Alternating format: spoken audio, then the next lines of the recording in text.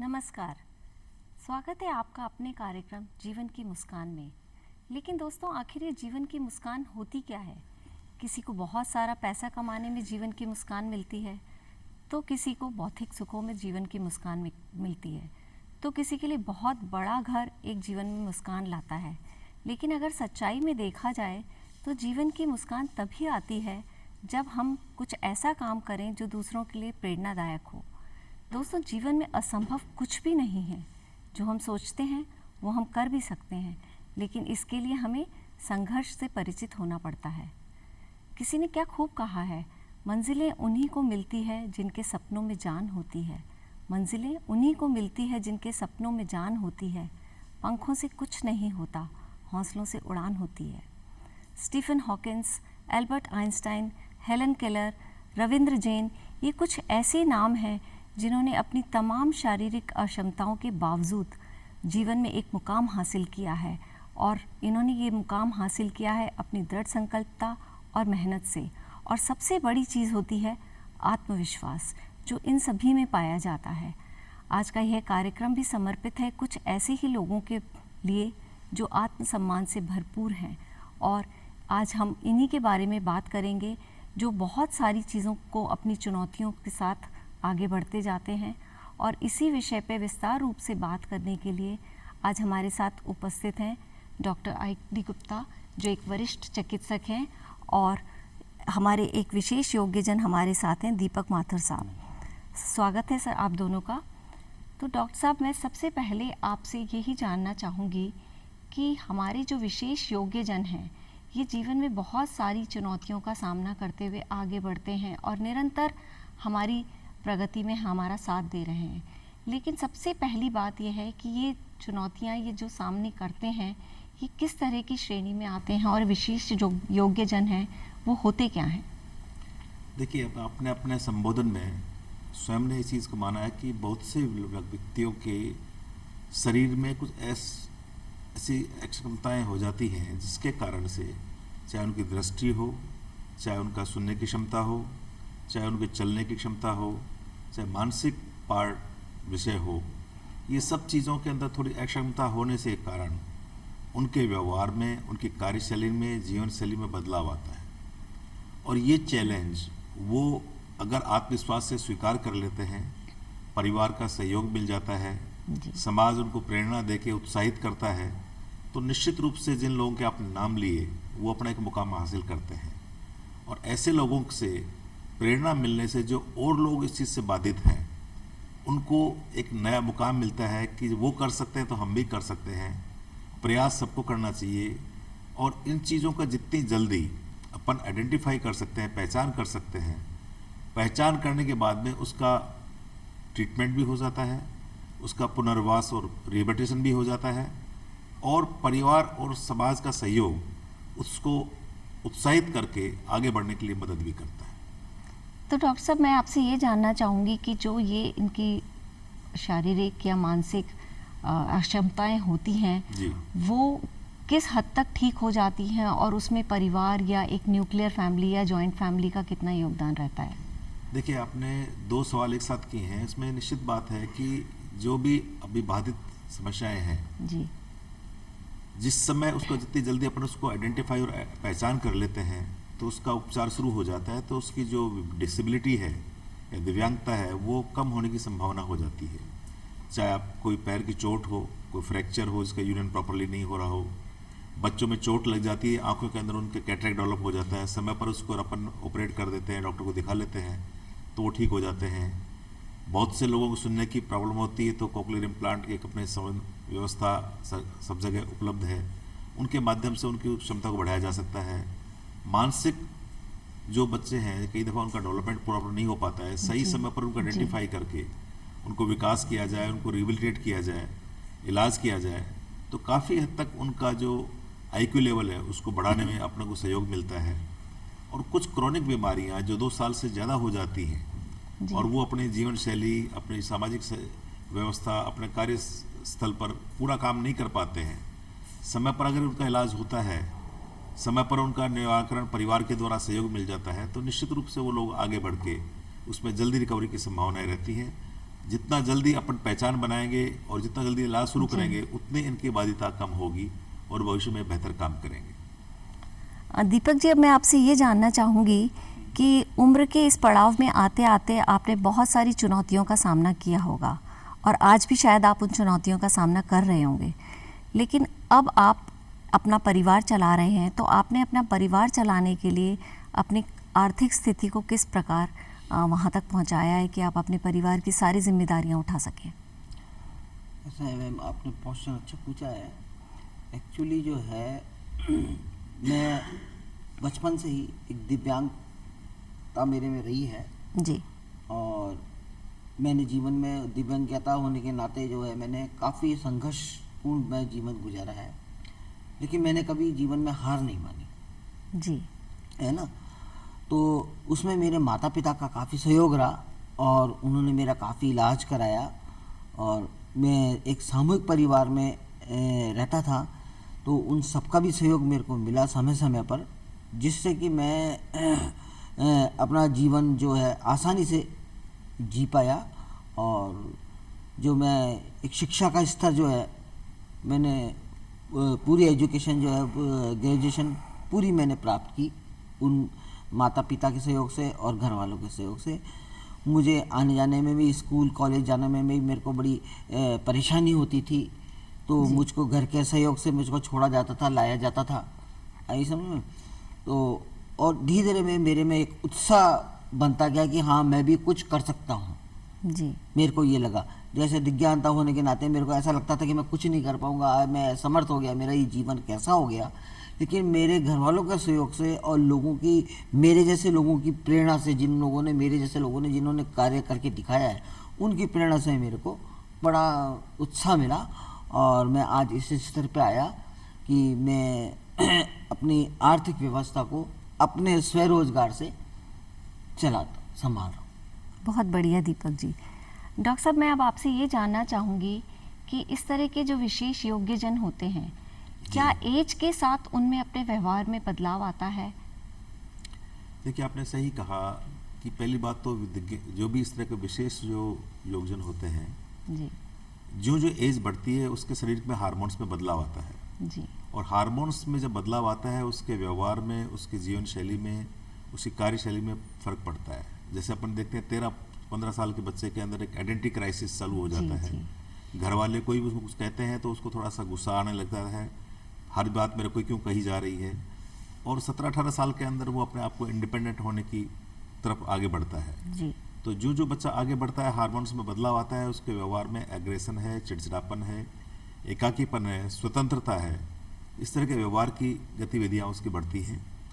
अब उस समय उसको बहुत अच्छा पीयर ग्रुप मिल जाता है, बहुत अच्छा टीचर मिल जाता है, क्योंकि मेरा मानना है कि बच्चों का जो भी लर्निंग होती है उसके 2 रोल मॉडल हैं। पहला रोल मॉडल एक परिवार है जहाँ उसके माँ बाप हैं, दूसरा रोल मॉडल उसका स्कूल है जहाँ उसका रोल मॉडल टीचर और उसके स्टूडेंट्स, फ्रेंड्स जो पीयर ग्रुप्स हैं, जी। उनका व्यवहार कैसा है, सकारात्मकता से लेते हैं, उसको सहयोग करते हैं। तो ये सब चीज़ें आपको देखने को मिलती हैं और इससे आपको मालूम पड़ता है कि उसके व्यवहार में जो भी थोड़ा तलखीपन आ रहा था, आप गेम्स में उसको डाइवर्ट कर दीजिए, जी। जी। म्यूजिक में डाइवर्ट कर दीजिए, लेखनी में डाइवर्ट कर दीजिए, कोई आर्ट कल्चर में कर दीजिए।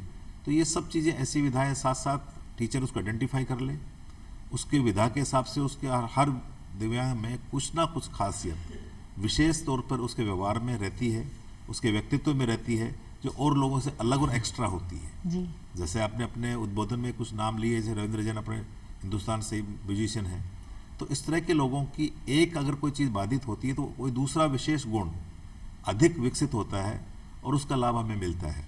जी। जी। तो उसके विकसित जो गुण है उसको अपन आगे बढ़ाते हैं, प्रोत्साहन करते हैं, समाज के सामने लाते हैं, वो प्रेरणा मिलती है उसको, तो उसके एग्रेशन को हम कम कर सकते हैं। तो डॉक्टर साहब, इसका मतलब ये है कि उनको सही एज पर और सही समय पर जी अगर उनको एक दिशा दे दी जाए जी, तो उनकी एनर्जी को हम चैनलाइज कर सकते निश्चित हैं। बात है, बिल्कुल सही कह रहे हैं आप। इस समय पर अपन एनर्जी देते हैं। देखिए, आप जो जो बच्चा आगे बढ़ेगा उसके मांसपेशियों मांस भी बढ़ता है, मसल पावर बढ़ती है, उसके शरीर के अंदर, विचारों के अंदर भी तेजी भी आती है, जी। पीयर ग्रुप से कंपटीशन भी होता है। और सही समय पर आकलन होने से और सही दिशा मिलने से वो उसको अच्छे ढंग से लेगा। जैसे आज किसी बच्चे को गुस्सा आ रहा है, आप उसमें खेल में लगा दीजिए तो आधा गुस्सा उसका खेल में चला जाएगा। कोई बच्चा बहुत अच्छा म्यूजिशियन है या डांस करता है, उसमें आप लगा दीजिए तो उसकी एनर्जी चैनलाइज हो जाएगी, तो बेवजह का जो गुस्सा नकारात्मक तरफ जाता था, तोड़फोड़ में जाता था, बेवजह के असामाजिक व्यवहार की तरफ बढ़ता था, क्राइम की तरफ बढ़ता था, उसको डाइवर्ट करके उसमें आर्ट, कल्चर और उसके विशेष गुण के अंदर अपन परिवर्तित कर सकते हैं। तो डॉक्टर साहब, आपके पास जो अलग अलग श्रेणी के, अलग अलग कैटेगरी के जो दिव्यांग आते हैं, जी मैम। तो क्या उनमें ये संभावना रहती है कि वो पूरी तरह से भी ठीक हो सकते हैं? निश्चित रूप से ठीक होते हैं मैम। अर्ली फिजिक्स से मैं आपको सबसे पहले उदाहरण देता हूँ कि बच्चे पैदा होता है जी। बच्चा अगर शुरू में जब पैदा होता है उस समय कई बार गलती से देरी से रोया हो, ब्लीडिंग ज़्यादा हो गई हो, इमीडिएट उसको इन्फेक्शन या बुखार आ गया हो, तो इस तरह के कारण से उसको जो ब्रेन की इंसल्ट होती है, ब्रेन का जो इंजरी होती है जी। उससे उसके विकास में थोड़ा सा बदलाव आता है। या कोई चोट लग गई हो, कोई फ्रैक्चर हो गया हो, तो इसी इमीडिएटली अगर उसको अपन ट्रीट कर लेते हैं तो वो जल्दी रिकवर हो जाता है। अगर उसको मैं ट्रीट नहीं करेंगे, बहुत से लोग आइडेंटिफाई नहीं कर पाते हैं कि पीछे गिर गया होगा, देरी थोड़े दिनों बाद चलने लग जाएगा, थोड़े दिन बाद बोलने लग जाएगा, और धीरे धीरे उसकी जो बाध्यता बढ़ती चली जाती है। तो जितनी जल्दी अपन डॉक्टर्स को दिखाएं या अनुभवी लोगों का राय लें तो और उसको विकास के साथ साथ उसका उपचार करते रहेंगे तो अपन जल्दी उसकी रिकवरी करने में सहायक बनेंगे। तो मतलब ये पूरी तरह से ठीक भी हो सकते हैं? पूरी तरह से ठीक भी हो सकते हैं। दीपक जी, मैं अब आपसे ये जानना चाहूँगी कि आप जब भी घर से बाहर निकलते हैं, जैसे आप बैंक जाते हैं होंगे, अस्पताल जाते होंगे, तो आपको वहाँ पे बहुत सारी चुनौतियों का सामना करना पड़ता होगा। तो लोगों से आपको कितनी मदद मिलती है, या यूँ कह लें कि लोग आपके प्रति कितने संवेदनशील रहते हैं? मैडम, संघर्ष तो होता ही है। मैं जैसे मार्केट में मेरे को दुकान से संबंधित जो है सामान भी लाना पड़ता है जी। बैंक के ट्रांजैक्शन के लिए जो है अब तो काफ़ी पेटीएम वगैरह की इनकी सुविधा घर बैठे हो गई है ऑनलाइन। पहले इतनी नहीं थी, तो मेरे को बैंक में जाना पड़ता था जी। पैसे जमा कराने पड़ते थे, निकालने भी पड़ते थे, और शॉप की ज़रूरत के अनुसार चीज़ों को परचेज भी करने जाना पड़ता था। तो उसके लिए मेरे को बड़ी परेशानी ज़रूर आती थी, लेकिन पब्लिक कन्वेंस द्वारा मैं जाया करता था, और बैंक वालों से मेरा एक अच्छा व्यवहार होने के कारण वो मेरा पूर्ण तरह से सहयोग करते थे हर तरह से। और जहाँ भी मैं जाता शॉप, तो मेरे व्यवहार और मेरे उससे लोग मेरा बड़ा सहयोग करते थे और मुझे मेरे स्थान तक की चीज़ उपलब्ध कराने की कोशिश करते थे। ये था। अब जीवन और जैसे अब सामान लाने की वाली बात है, तो जो जैसे आम लोग करते हैं, जैसे क्या नाम से रिक्शा वगैरह, टेम्पो वगैरह, उनमें मैं सामान लेके आता था। और एक ये था कि भाई मेरे को एक एक्स्ट्रा वर्कर ज़रूर लाना पड़ता था, ताकि वो सामान को उतार के और मेरे स्थान पे रख दे। ये था मेरे साथ। बहुत बढ़िया। तो लोग आपके प्रति संवेदनशील हो रहे हैं धीरे धीरे। बिल्कुल। डॉक्टर साहब, मैं एक चीज़ और जानना चाहूँगी कि आजकल इलेक्ट्रॉनिक मीडिया का बहुत ज़्यादा हमारी लाइफ में एक रोल है। तो हमारी युवा पीढ़ी के व्यवहार में, और स्पेशली जो ये दिव्यांग बच्चे हैं या दिव्यांग यूथ है, इनके पास काफ़ी समय होता है, तो ये मीडिया का या एक सोशल वेबसाइट्स, इनका क्या रोल है इनके व्यवहार में चेंजेस लाने के लिए? बहुत सही सवाल पूछा। आज का कह सकते हैं यूथ के लिए सबसे ज्वलंत ये समस्या है। जितने भी व्यसन हैं, एडिक्शन हैं, चाहे उसमें आपका अफीम हो, चाहे आपका गांजा हो, चाहे शराब हो, वो अलग विषय हो गए, लेकिन ये नशा एक बहुत बढ़ता हुआ व्यसन बच्चों में, यूथ में बढ़ता जा रहा है, और यूथ में ही नहीं, बहुत से लोगों में बढ़ता जा रहा है। इसके हिसाब से अपन ये देखते हैं कि जितना ज़्यादा आपका स्क्रीन एक्सपोजर होगा, स्क्रीन आप ज़्यादा बार देखेंगे जी, उतने आपके शारीरिक और मानसिक बदलाव शरीर के अंदर देखने को मिलते हैं। अगर मान लीजिए 1 से 2 घंटे तक कोई आप नियमित रूप से उसका एक्सपोजर करता है, तो वो सामान्य श्रेणी में मान लिया जाता है जी। जहाँ 2 घंटे से 4 घंटे अपने विषय के अलावा अगर आपका एक्सपोजर होता है जी। तो निश्चित रूप से वो धीरे धीरे एडिक्शन की तरफ शुरुआत हो रही है। और 4 से 6 घंटे, 8 घंटे वो निश्चित रूप से उस चीज़ का नेट एडिक्शन एक बीमारी के रूप में आजकल ICD हमारी कोडिंग होती है बीमारियों की, उसके अंदर इसको नामित किया गया है जी। अगर शारीरिक रूप से इसकी डिपेंडेंसी बात करें तो उसके बहुत से कंधे के अंदर दर्द हो जाएगा, हाथों में क्रैम्प्स आएंगे, राइट नेक, गर्दन के अंदर दर्द होगा, हेडेक होगा, उसके धीरे धीरे शरीर के अंदर मुंह सूखेगा। इस तरह के कॉमन लक्षण उसके शरीर के अंदर देखने को मिलते हैं। मानसिक रूप की बात करें तो नींद उड़ जाती है, रात को कोई मैसेज आए एकदम से जग जाते हैं, जी। इरिटेबल से हो जाते हैं, चिड़चिड़े हो जाते हैं, उनको रात को सपने और नाइट टेरर्स और नाइट मेरर्स आते हैं। तो इसकी वजह से वो उनके व्यवहार में बदलाव आता है, गुस्सा बढ़ता है, चिड़चिड़ापन बढ़ता है, और घर वाले या कोई भी दूसरा आदमी दबाव डालता है, मना करता है, तो कई दफ़ा बहुत ज़्यादा एग्रेसिव हो जाते हैं, चाहे खाना नहीं दिए पर मोबाइल ज़रूर चाहिए। ये ऐसी एक परिपाटी हो गई है यूथ में। हमारी मजबूरी है कि मेरा मानना है कि मैं जब भी कभी स्कूलों में जाकर बोलने का मौका मिला तो ये 5 चीज़ों के लिए सलाह देता हूँ। जी। 5M। पहली चीज़, जब तक बच्चा एडल्ट नहीं हो, जी। मोबाइल का, बाइक का, मनी का, इन सब का अपना यूज़ स्ट्रिक्टली होना चाहिए। मोबाइल आपको बहुत ज़रूरी है तो सिर्फ सुनने और बंद करने के लिए हो, उसमें स्क्रीन का बहुत ज़्यादा एक्सपोजर नहीं हो, ऐसी इमरजेंसी हो तो दिया जा सकता है। जी। अदरवाइज जब तक बच्चा एडल्ट नहीं हो मोबाइल का यूज़ नहीं होना चाहिए। बिना लाइसेंस के 2 व्हीलर अलाउ नहीं करना चाहिए। मनी अगर घर वाले दे रहे हैं तो उसका ऑडिट होना चाहिए, कितना पैसा किया, कहाँ जी। खर्च किया, ये आपकी जानकारी में होना चाहिए। और मॉडल, रोल मॉडल के रूप में घर के लोगों को भी, बच्चे को तो मना करें, खुद आप बैठ के देख रहे हो तो वो संभव नहीं है, तो आपको रोल मॉडल बनना पड़ेगा, चाहे आपका टीचर हो, चाहे आपका पेरेंट्स हो, चाहे आपके घर वाले हो। और 5वीं चीज़ है मदरहुड। माँ का सम्मान, देश का सम्मान आप करेंगे तो ये संस्कार अगर आप मन में पैदा करेंगे तो कोई भी आपको शिक्षा देता है, सामूहिक जीवन जीने की कला सिखाता है, संयुक्त परिवार की भाषा सिखाता है, संस्कार देता है, तो इस तरह की चीज़ों को अपन दूर करने में सहायक रहेंगे। तो डॉक्टर साहब, इसका मतलब ये हुआ कि परिवार का एक बहुत बड़ा रोल है इस बहुत चीज़ बड़ा में, रोल है। उनके व्यवहार को कंट्रोल जी। करने में, और एक उनका, अगर हम देखा जाए तो उनका पेशेंस लेवल भी हमारे लिए एक चेकलिस्ट में आना चाहिए। बिल्कुल, तो मैं व्यवहार की बात कर रहा हूँ कि जैसे कई दफ़ा आपने सुना भी होगा, बहुत से मीडिया में भी आता है, जी। जब बहुत सी बहनें प्रेग्नेंट होती हैं, जी। जी। कहा जाता है कि ड्यूरिंग दैट प्रेगनेंसी मदर का व्यवहार जितना संयमित होगा, जितना हंसमुख होगा, जितना बैलेंस होगा, उतना ही आने वाला बच्चा, उसकी पर्सनालिटी का विकास बेहतर होगा। अगर वो डरी हुई रहती है, तनावग्रस्त रहती है, तो निश्चित रूप से कोई ना कोई संभावनाएं हैं कि बच्चा भी उस चीज़ से ग्रसित हो सकता है। इसलिए कहा जाता है कि माहौल में बहुत खुशनुमा हो, खेलकूद हो, फिजिकली एक्टिव हो, मेंटली अलर्ट हो, एंड सपोर्ट सिस्टम पूरा मिलना चाहिए। तो ये व्यवहार तो निश्चित रूप से अगर परिवार का अच्छा मिलता है, संयुक्त परिवार में बहुत से ग्रुप्स रहते हैं, बहुत से आपस में छोटे मोटे झगड़े होते हैं, आपस में वहीं सुलझ जाते हैं, तो आप लर्निंग सीख जाते हो कि किससे कैसे डील करना है, कैसे नहीं डील करना है। और बहुत से डिसीजन आपके ग्रैंड पेरेंट्स हैं, कजिन्स हैं, वो आपको हेल्प करके इसको सहयोग कर देते हैं। तो ये एक ऐसी स्वस्थ परंपरा है जो आज भी मनोरोग के लिए, मानसिक तनाव के लिए, व्याधियों के लिए सबसे उपयोगी सिद्ध हो रही है। इलाज के अलावा पारिवारिक भूमिका और स्कूल में टीचर और साथियों की भूमिका बहुत ही महत्वपूर्ण है। तो डॉक्टर साहब, हम इनको अपने साथ मुख्य धारा में जोड़ने के लिए और किस किस तरह के कदम उठा सकते हैं? ठीक मैडम, वैसे तो मुख्य धारा में जोड़ने के लिए बहुत सी, पहली बात तो 2 पहलू हैं कि बीच बीच में इस तरह के कुछ बहुत से सर्वे होते हैं। मेडिकल एजुकेशन के माध्यम से स्कूलों में इस पाठ्यक्रम में इसको शामिल किया जाता है। मीडिया का बहुत बड़ा रोल है, अच्छे ढंग से आइडेंटिफाई कर सकते हैं। हॉस्पिटल्स में कुछ केयर टेकर्स और इस तरह के स्वास्थ्य मित्र होते हैं जो आइडेंटिफाई होते ही उनको प्रॉपर जगह में भेजने में सहायक होते हैं। गवर्नमेंट्स की बहुत सी अच्छी स्कीम्स होती हैं जिनसे इनको लाभ मिलता है, उपचार की सुविधा उपलब्ध है, इसकी जानकारी होती है। और तीसरी बात यह है कि जिस भी व्यक्ति के अंदर, जैसे अपने पहले भी चर्चा कर चुके हैं, कि जिसके अंदर जो गुण हैं उसको सकारात्मक में आगे बढ़ाते जाएंगे, उसको रोल मॉडल प्रेरणा के लिए बताएंगे। जैसे दीपक जी ने बताया, ऐसे लोगों को सामने लाके लोगों को इनिशिएटिव मिले, प्रेरणा मिले, प्रोत्साहन मिलेगा, तो निश्चित रूप से वो लोग अब शामिल भी होंगे।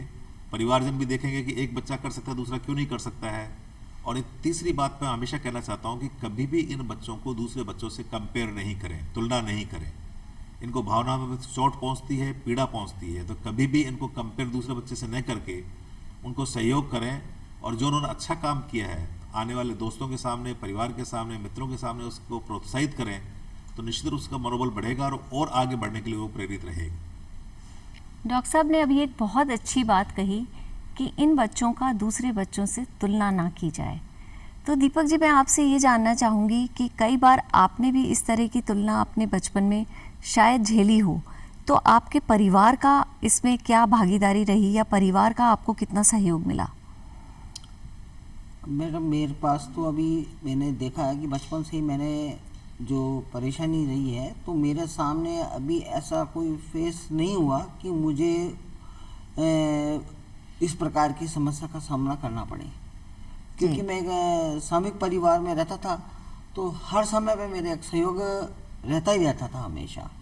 और मेरे को सरकारी योजनाओं का भी लाभ मिला, मुझे इससे जी। सरकार से भी मेरे को काफ़ी लाभ मिला। अब तो काफ़ी आजकल जो है इस वर्तमान इसमें तो दिव्यांग लोगों के लिए बहुत अच्छी सरकार ने योजनाएं चला रखी, जिसको वो प्राप्त करके आगे बढ़ने का है।